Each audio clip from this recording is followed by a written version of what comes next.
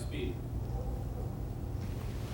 Mr. Mulligan, this movie, Kiss Me Goodbye, is reminiscent somewhat of movies of the 30s and 40s. Mm-hmm. And I wonder, when you were working on this film, was that of concern to you that that maybe younger audiences today wouldn't know how to respond to this movie? No, not at all. Because I think if a picture works, even though this picture may reflect some of those good times, right, and those good movies, I don't think there's anything wrong with that. I think that's absolutely fine. I think the key thing is that a picture has to entertain. It has to be a story that's well told, it's full of surprises, full of good humor, as this one is, and a good love story being told. I think that should work almost any time. I don't think it blocks anybody out. Shouldn't. James Caan is doing a role that's very, very different from him. That's true.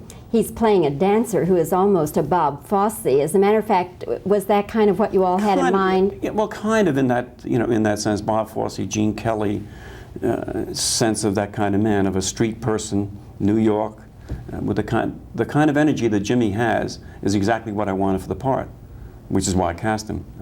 And I also knew that Jimmy could move. He's athletic. He knew how to dance. He plays piano. He's a very musical person, which a lot of people don't know, but he is. I happen to know that and wanted him in that part.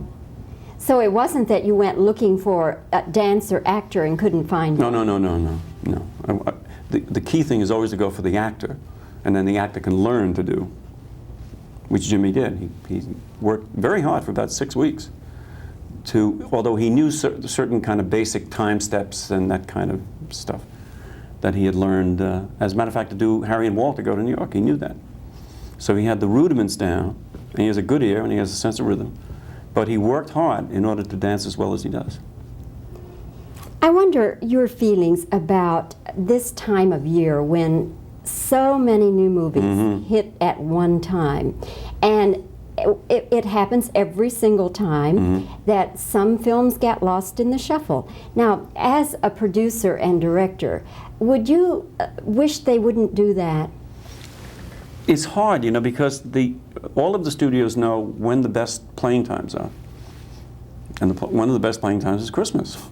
And it's been proven year after year after year.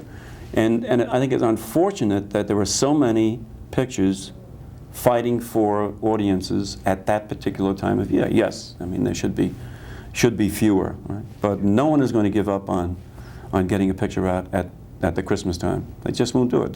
It's a rat race. It's a horse race to see who's going to stay in and who's going to win and who's going to lose. I think it's unfortunate that sometimes good pictures do get lost in that craziness, that log jam that happens. But you can't avoid it. So it's just one of the risks of doing business? I'm afraid so.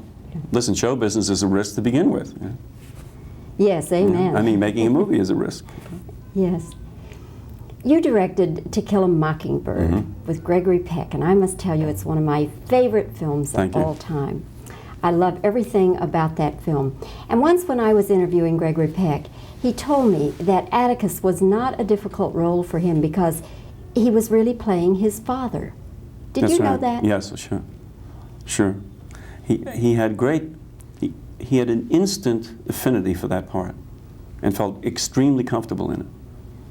It wasn't that he had to work hard. He concentrated hard. He did all his work as an actor. But he felt very comfortable in that role. And did you always have him in mind, or were that was it. Nobody else considered? Nobody else. We went directly to Greg. And given the controversial nature of it, the racial aspect of it, back in the, in that time, in the what was it, in the 50s? Yes. Given that aspect, was that a major concern of yours? That No. I tell you why it wasn't, because the book was so successful, and because the way the racial problem was treated was done with such good taste, and it did reflect an honest position that was taking place, an honest position that was happening. I think if it had been sensationalized in some way, then there would have been difficulty. Because the fact that it wasn't, it was treated with great dignity and truth, that it offended no one, and shouldn't have either. I think it opened some eyes, but no, it wasn't difficult at all. One last question, and that is, Sally Field, if you were going to compare her with an actress of the 30s or 40s, whom would she most resemble? Claire Trevor, in a lot of ways. It's true. I think Sally shares a lot of, so many of the colors of so many of the good actresses in that period. You know, Claudette Colbert, Claire. Claudette and Claire, as a matter of fact, happen to be very close friends. Carol Lombard, Irene Dunn, Jean Arthur. That she seems to walk into that line of all those kind of marvelous actress women. Well, that's a nice amalgam. Well, she belongs there. I mean that, truthfully. Mr. Mulligan, congratulations on your picture, Kiss Me Goodbye. Thank you. I hope it does really well for you. I hope so, too. And it was nice having this chance to talk with you here Nice in New York meeting you. City. Thank you. It's a very nice interview. Thank you. Thank you. Good tape. We'll keep the tape rolling. Okay. Now, if you will cut me above the waist, but not tight, you know, just crop the notes out of the way. Okay?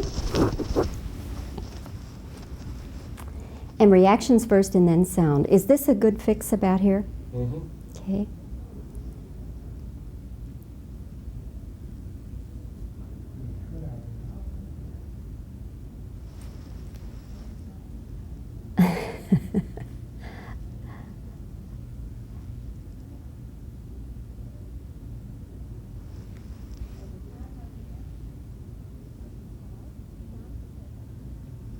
All right, sound for questions. Given the 1930s and 40s flavor of this movie, Mr. Mulligan, do you have any reservations about how young audiences today would respond to it?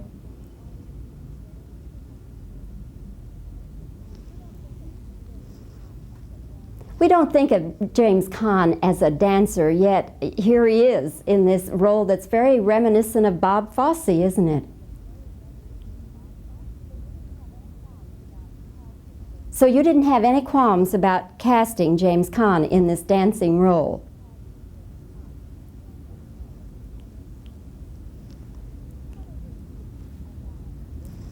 What are your feelings about this time of year, the Christmas season, all these movies hitting at one time, when we know that some of them will get lost in the shuffle? Do you wish the studios would not bring so much product out at one time?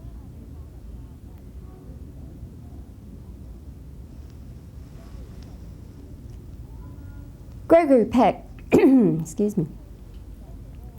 Gregory Peck once told me that the role of Atticus in To Kill a Mockingbird was not difficult for him because all he had to do was think of his father.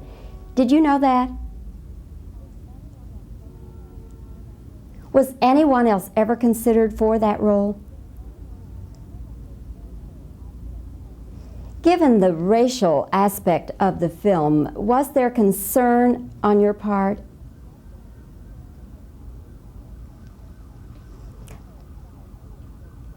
If you were to compare Sally Field with some stars of the 30s and 40s, with whom would she compare?